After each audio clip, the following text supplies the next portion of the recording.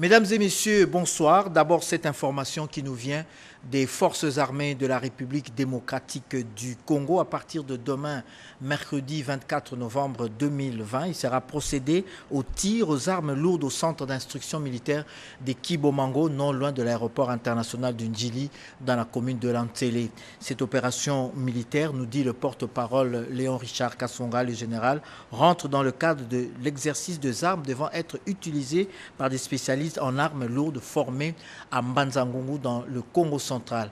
Pas de panique donc pour les habitants de la Tchangou. Les armes lourdes, les tirs aux armes lourdes que vous entendrez à partir de demain sont les faits donc des exercices des nouvelles recrues qui viennent d'être formées à Mbanzangungu. Nous y reviendrons. Nous ouvrons ce journal justement par cette décision du Conseil d'État qui vient de se prononcer dans l'affaire qui oppose les députés nationaux Fabrice Pouela au bureau de l'Assemblée nationale. Selon les termes de l'ordonnance lue par le juge président de l'audience, le Conseil d'État a déclaré irrecevable la requête de l'élu de la ville portuaire de Matadi, Sylvie Mwembo.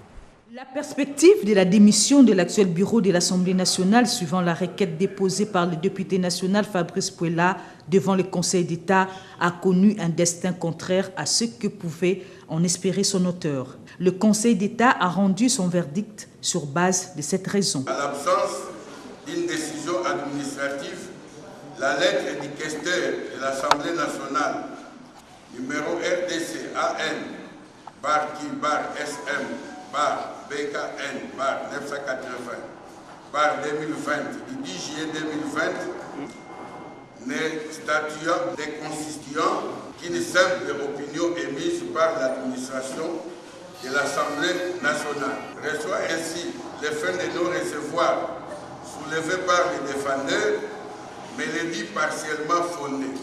Déclare irrecevable la présente requête.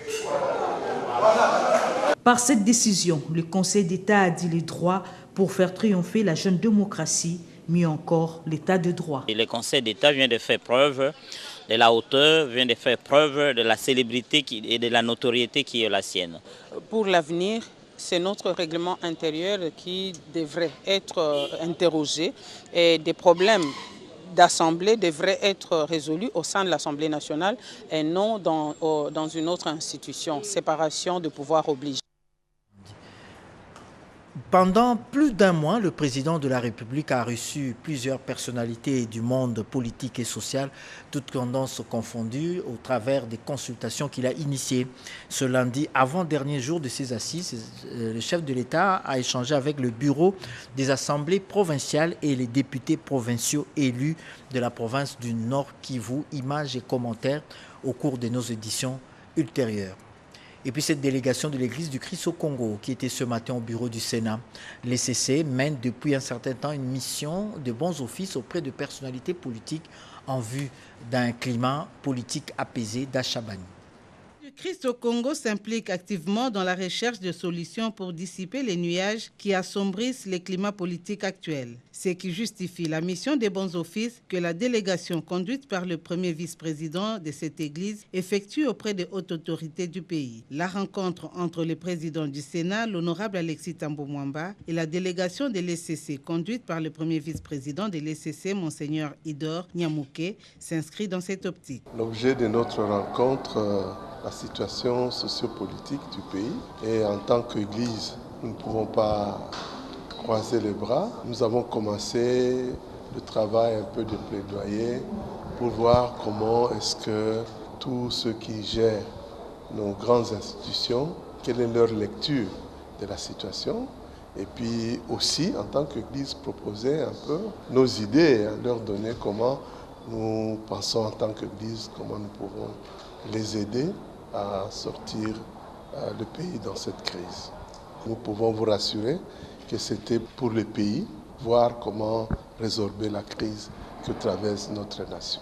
Après échange avec le président de la Chambre haute du Parlement, la délégation s'est dit qu'il y a une lueur d'espoir pour la restauration d'un climat politique apaisé. Nous sommes vraiment flattés de la bonne volonté, des uns comme des autres, pour voir la paix régner dans ce pays. parce que le Congo a beaucoup souffert. Et maintenant, on sent vraiment que la population souffre. Et c'est ce qui nous réjouit, que partout, il y a cette volonté de voir résoudre le problème entre Congolais.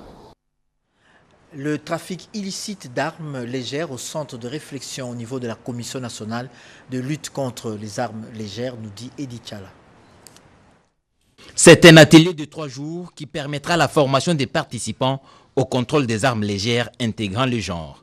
L'organisation est signée la Commission nationale de contrôle des armes légères et de petits calibres et de réduction de la violence armée, CNCALPC en sigle, que dirige le colonel Parti Kombe Katamboé, sous la coordination du vice-premier ministre, ministre de l'Intérieur, Sécurité et Affaires coutumières, Gilbert Kankonde Malamba. La CNCALPC, structure interministérielle, eu égard à son mandat et ses missions, oriente son action dans plusieurs axes, notamment la sensibilisation de la population civile, la récupération des armes détenues illégalement par la population civile via le désarmement civil volontaire.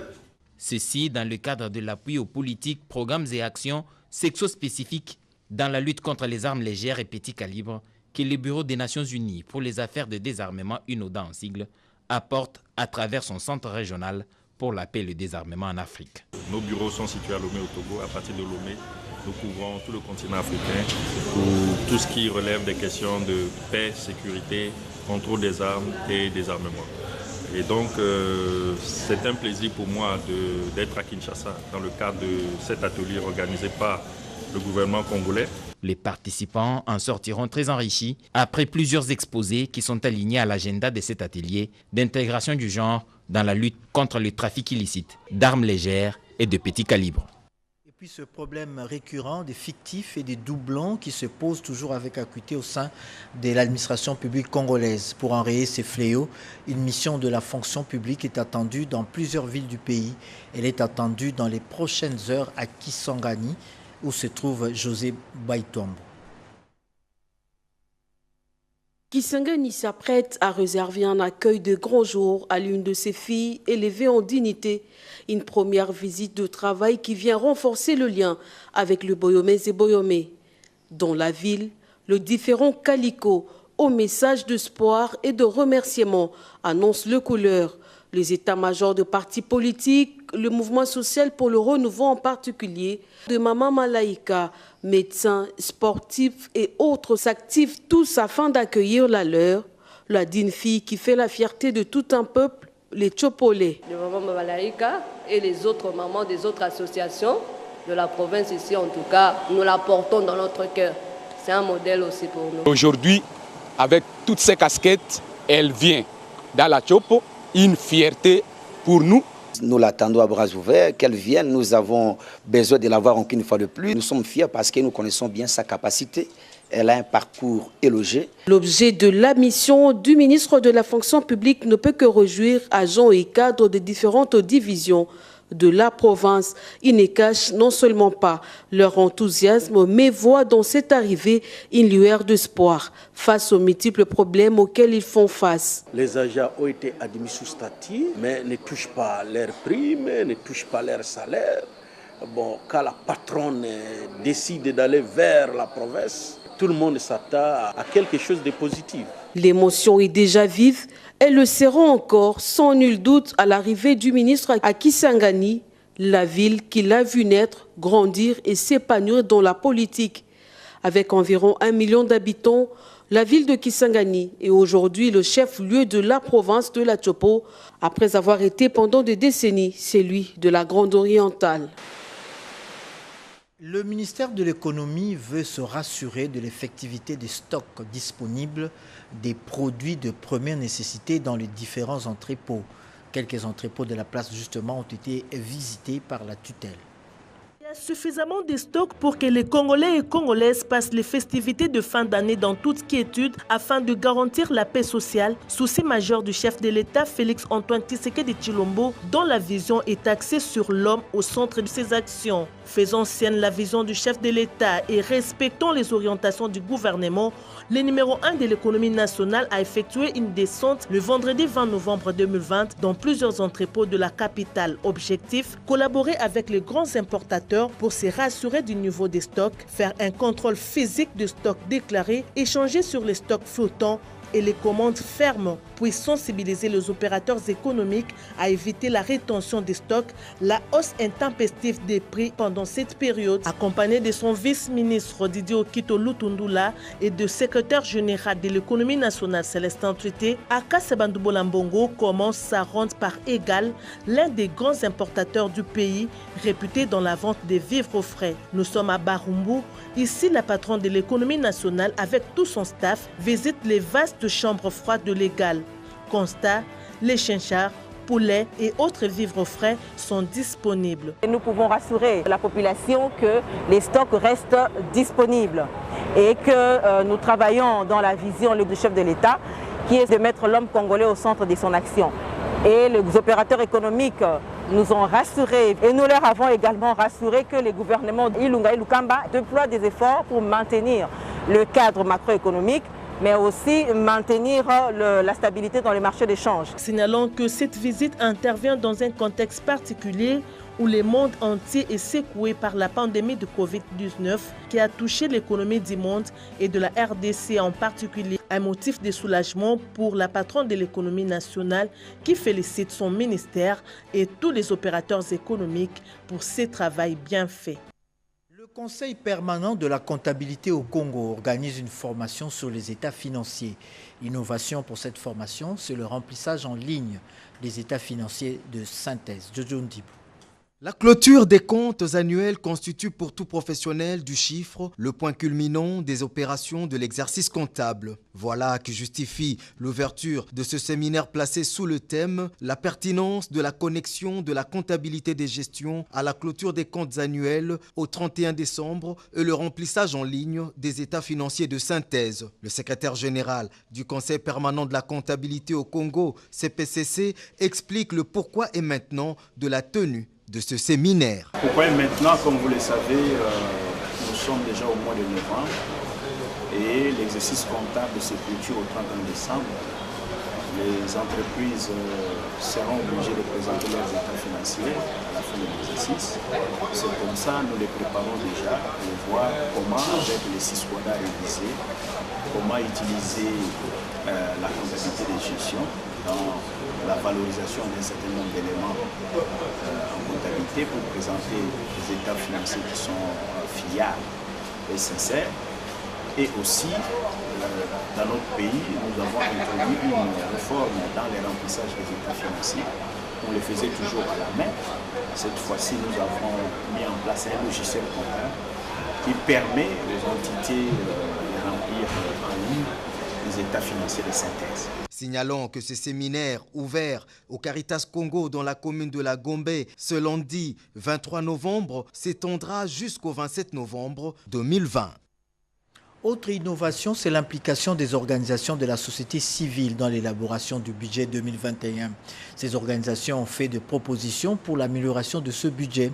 Elles ont déposé leur rapport d'analyse à la Commission économique et financière de l'Assemblée nationale. Yolande Voka. C'est dans l'objectif de promouvoir la gouvernance financière par l'amélioration de la transparence et la participation citoyenne au débat sur l'examen du projet de la loi de finances que les organisations de la société civile se sont exercées comme chaque année à l'analyse du projet du budget pour l'exercice 2021. Focalisée sur les secteurs pro-pauvres, cette analyse s'inscrit sur des questions importantes intéressant la vie de la population dans tout le domaine. On regarde avec chaque secteur.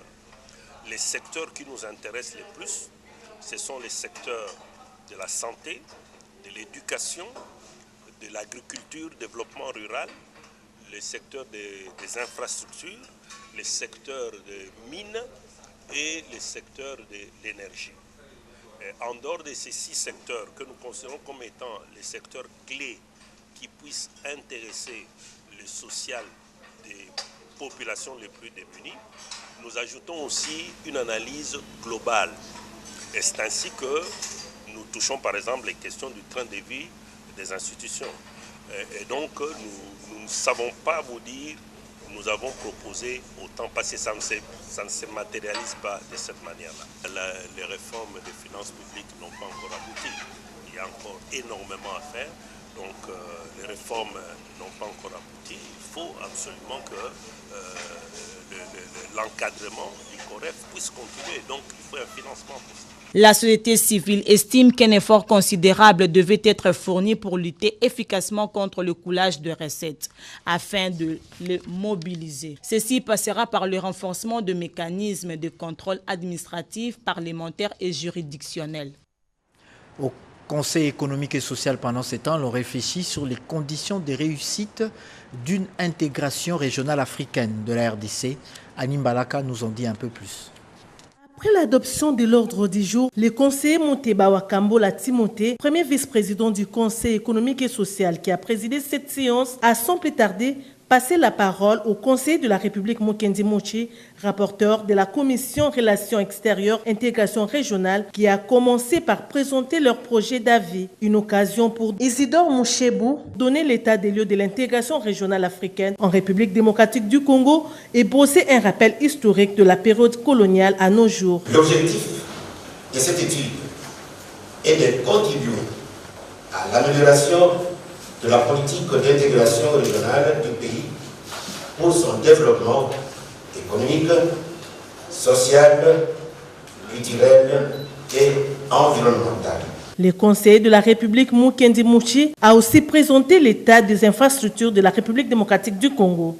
Une intégration plus poussée en Afrique constitue un impératif pour créer un marché suffisamment vaste et attractif pour l'investissement et le commerce. Deux facteurs nécessaires pour générer une croissance durable, créer des emplois et assurer la transition vers une croissance inclusive. Après cette présentation, le président de séance a soumis les projets d'avis sur les préalables indispensables à la République démocratique du Congo pour une intégration régionale africaine réussie à l'Assemblée générale pour sa recevabilité et celle-ci les déclare recevables. Après leur intervention, le président des séances a précisé que la présentation de ces jours constitue un document de base qui permettra à d'autres commissions permanentes du Conseil économique et social qui constituent la commission mixte sur cette question d'enrichir et d'approfondir cette thématique. À l'enseignement supérieur universitaire, l'année académique 2019-2020 a été officiellement clôturée. Une année particulièrement difficile du fait du contexte sanitaire mondial qui a bien naturellement bouleversé le calendrier académique. Ouvert le 14 octobre 2020 à l'Université de Kinshasa, l'année académique 2019-2020 s'est clôturée ce samedi 21 novembre 2020. Le ministre de l'Enseignement supérieur et universitaire, Thomas Louakalo Senjola, a prononcé la formule solennelle de clôture à l'Université pédagogique nationale. Considérant les calendriers académiques contenus dans l'instruction académique numéro 021 du 15 octobre 2019, ainsi que les calendriers réaménagés repris dans la note circulaire du 7 août 2020, je déclare close l'année académique 2019-2020 sur toute l'étendue du territoire de la République démocratique du Congo, ainsi fait à Kinshasa, le 21 novembre 2020. Je vous remercie. Une année académique sauvée de justesse. Ainsi, le ministre de l'ESU a-t-il rendu hommage à tous ceux qui ont contribué à l'achèvement de cette année académique. Dans son mot de circonstance, Thomas Louakalo Senjola a rendu hommage au président de la République ainsi qu'au Premier ministre pour leur appui et soutien au secteur de l'enseignement supérieur et universitaire. Le numéro 1 de l'ESU a également affirmé que des efforts sont fournis dans le cadre de l'amélioration progressive de la quantité de l'enseignement et de la recherche. Voilà pourquoi leur mandat à la tête de ces secteurs est inscrit sous la dynamique du redressement du système éducatif du supérieur par la tenue impérieuse des États généraux de l'ESU. Se conformant à cette législation, l'ISIPA aussi a clôturé son année académique. Pour la première fois dans l'histoire de l'Institut supérieur d'informatique et des programmations d'analyse, la clôture de l'année académique est intervenue sans son fondateur, Martin Ekanga, décédé il y a quelques mois. Son successeur lui a rendu un hommage mérité. C'est maintenant que commence un nouveau combat, celui de s'affirmer dans la vie professionnelle. Pour cette année académique qui s'achève, l'Institut supérieur d'informatique, programmation et analyse a livré sur les marchés de l'emploi plus de 300 informaticiens en génie logiciel, intelligence artificielle et administration, réseau en système d'information et autres. Il met preuve de son bon fonctionnement. La cérémonie de collation des grades académiques et de clôture de l'année académique 2019-2020 s'est déroulée dans une ambiance conviviale. C'était en présence des plusieurs autorités politico-administratives, y compris les membres du comité de gestion, les corps académiques et scientifiques, ainsi que des invités des marques. Dans son discours, le directeur général de l'ISIPA, Kazmi Ilunga, a mis un accent particulier sur l'impact de la Covid-19 sur l'enseignement supérieur et universitaire. Il a en outre rendu hommage au fondateur et président directeur général de l'ISIPA, l'immortel Martin Ekanda Onyangunga. Après son décès, a-t-il souligné, un réarmement moral était nécessaire pour remettre la machine sur les rails. Question de faciliter la poursuite normale des activités académiques au sein de cet établissement d'enseignement supérieur. Nous avons clôturé l'année 2019-2020 qui était parsemée de beaucoup d'obstacles et d'embûches quand on considère la crise sanitaire qu'on a connue. Mais avec les efforts de Madame Rufine Louye, nous sommes arrivés au terme de cette année. Il y aura maintenant ampleur dans les inscriptions, donc nous demandons à tous nos amis qui sont encore à la maison, qui n'ont pas encore pris leurs inscriptions, de pouvoir se hâter pour venir s'inscrire. Il a par ailleurs reconnu l'œuvre de l'actuelle présidente directrice générale de l'ISIPA, Rufine Louyeye, qui n'a ménagé aucun effort pour sauver cette institution, bien avant de saluer sa gestion de la crise de la Covid-19 et surtout sa clairvoyance qui a permis la reprise des activités au sortir du deuil du fondateur. Il reste maintenant aux nouveaux diplômés d'affronter la vie professionnelle avec les outils mis à leur disposition. Entre-temps, les inscriptions pour l'année académique 2020-2021 sont déjà en cours à l'ISIPA. Le cancer du col de l'utérus peut être évité si l'on s'y prend à temps, nous disent les spécialistes. Le centre maternité Lobo de Kingabwa abrite des journées portes ouvertes d'informations pour promouvoir la pratique de dépistage de ces cancers. Bobette Eyenga.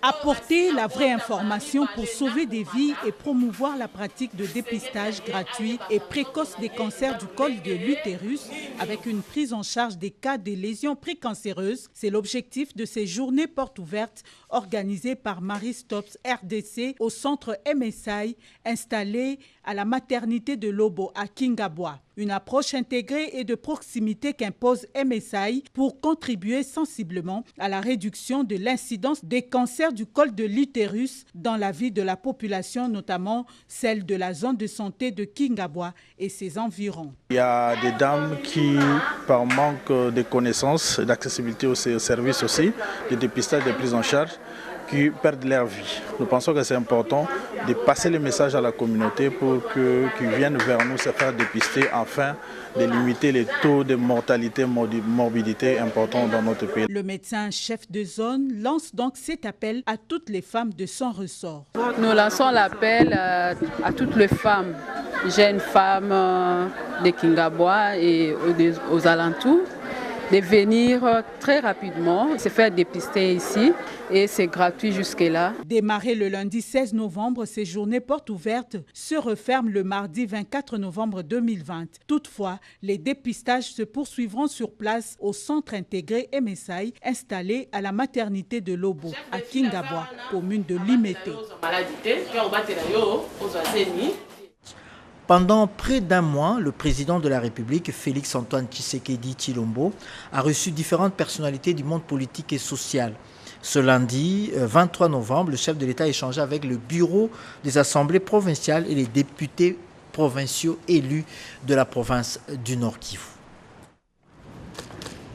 4e semaine des consultations nationales, le chef de l'État a reçu ce lundi, avant-dernier jour de ses assises, les députés provinciaux élus du Nord Kivu ainsi que les bureaux des assemblées provinciales. Leurs échanges avec le président de la République ont tourné autour de 3 points parmi lesquels la situation politique délétère des assemblées provinciales. Nous avons estimé que cette union sacrée devra être inclusive, en tenant compte notamment de tous les acquis de la coalition FCC Cash qui ont visé le bien-être des populations congolaises. L'ensemble du mot a tourné autour de 3 points essentiels.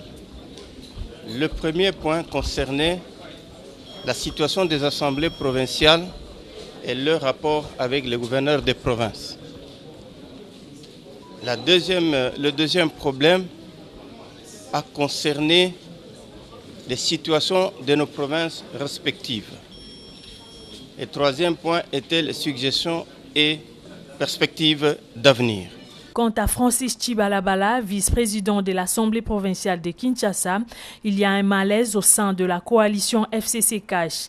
Les assemblées provinciales, selon lui, soutiennent l'initiative prise par le président de la République, Félix Tshisekedi, et disent attendre les dernières décisions qui seront prises par le chef de l'État. Nous avions soutenu l'initiative du président de la République en lançant les consultations ou l'union sacrée de la nation, parce que nous sommes UDPS. C'est vrai qu'il y a aussi des députés qui ne sont pas de l'UDPS, mais nous, les maîtres mots, c'est les peuples d'abord. Donc nous travaillons d'abord pour l'intérêt de la population. De son côté, les députés provinciaux élus du Nord Kivu ont souhaité que la coalition FCC Cash demeure et que le chef de l'État essaye de voir comment recadrer les choses. L'Assemblée provinciale de Bazuélé a été très contente parce qu'on s'attendait à autre chose et une autre partie qui voulait être née. Or, ce n'est pas ça. C'est chacun garde son origine politique, mais nous, étant Congolais, nous devons tous nous réunir autour des chefs de l'État pour soutenir ces actions afin que notre population se retrouve. C'était bien cité dans notre mémo que le président de la République garde et préserve la Constitution, c'est-à-dire les acquis positifs de la coalition FCC et Cash. Précisons que c'est l'avant-dernier jour des consultations présidentielles qui ont débuté depuis le 2 novembre dernier. À ce sujet d'ailleurs, la présidente de la République informe la communauté nationale et internationale que les consultations présidentielles débutées le 2 novembre 2020 au Palais de la Nation prennent fin demain, mardi 24 novembre 2020.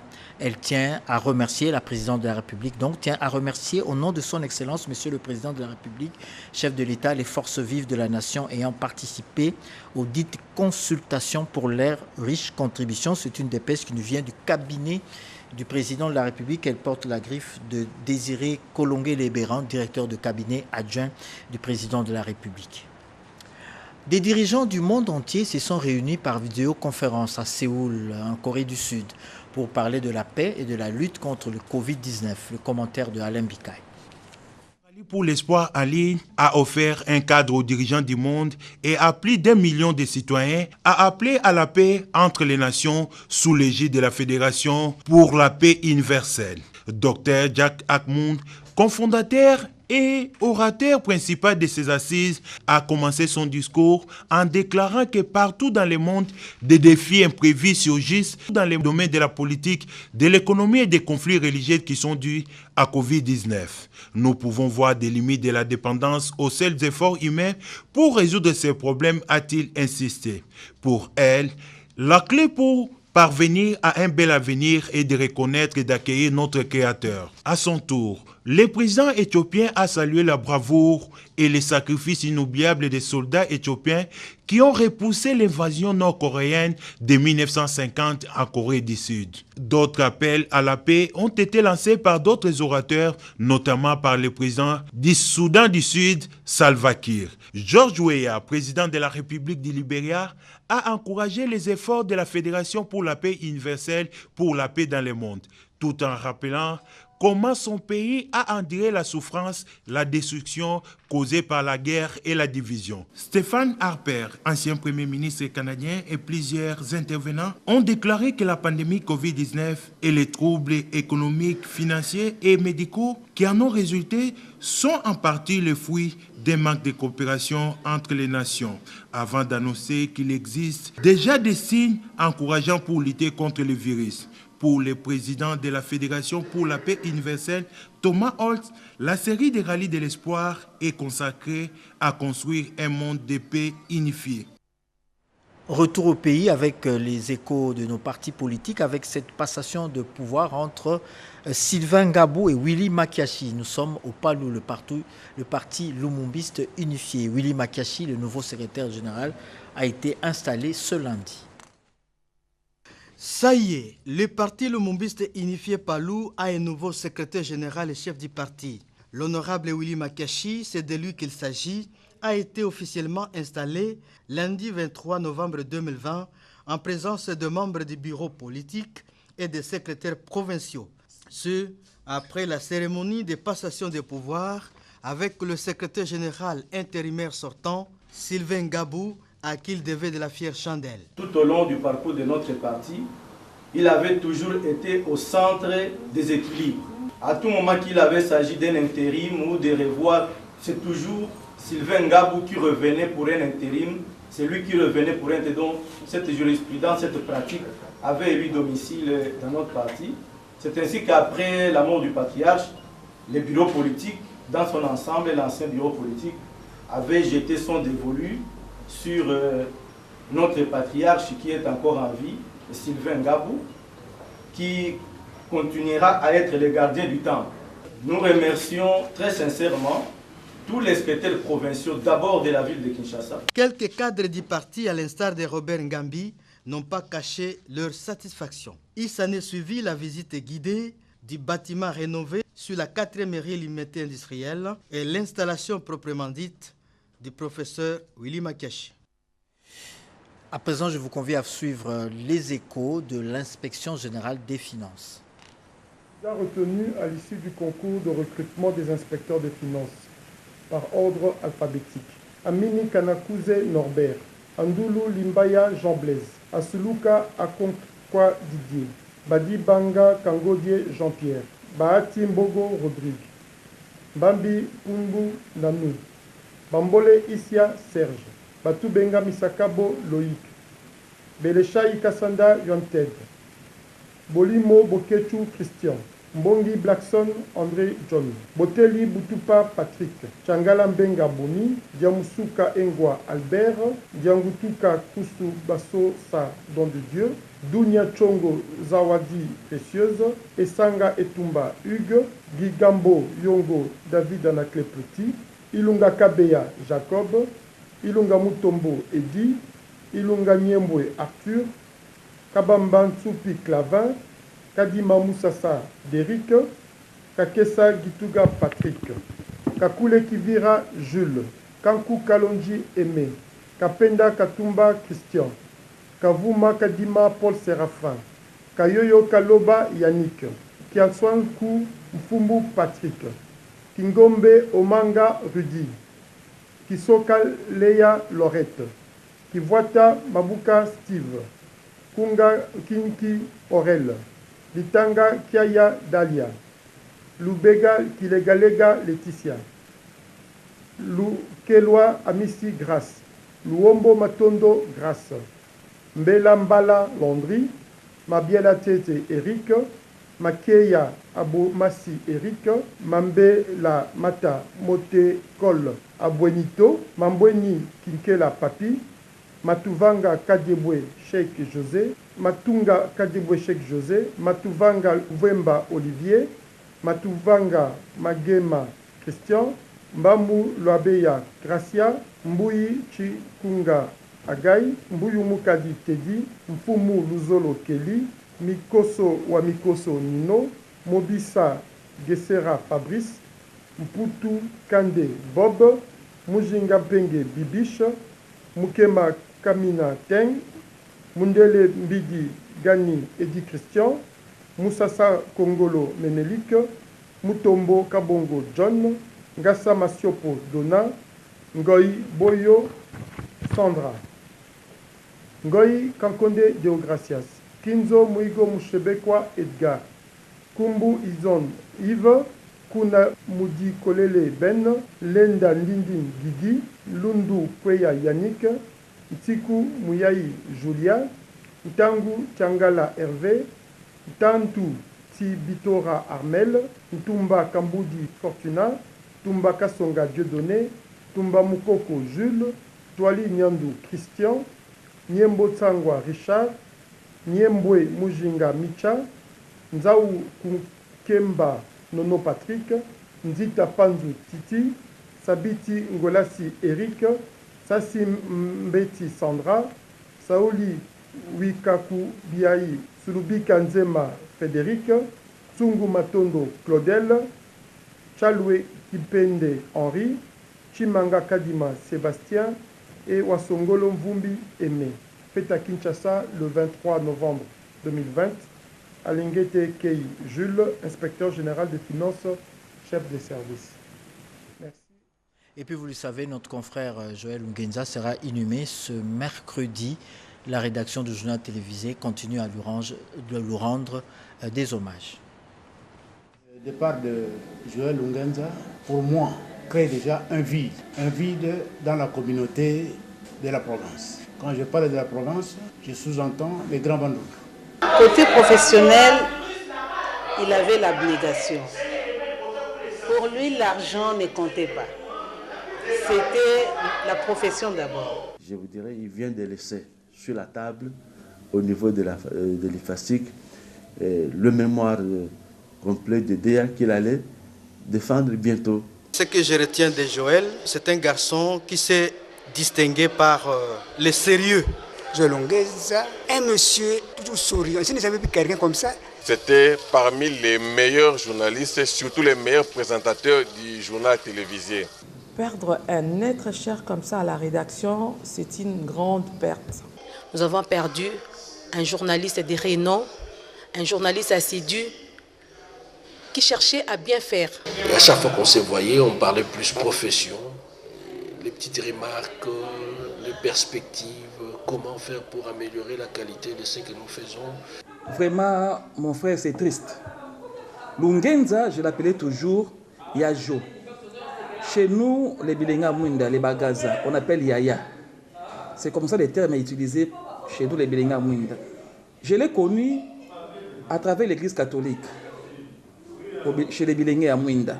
Je suis arrivé à l'RTNC, je l'ai vu, et nous nous sommes rencontrés encore ici à l'RTNC. L'Ungenza, c'est un travailleur, vraiment un travailleur, assidu. C'est triste de perdre un collègue de service comme ça. Bon, qu'est-ce qu'on peut dire? Dieu a donné, Dieu a repris, que son nom soit glorifié. C'est un combattant où on a commencé ensemble ici à la RTNC. Et à l'époque, c'est que j'avais affaire d'abord à un garçon très timide, mais très intelligent. Il a toujours fait son travail avec dévouement.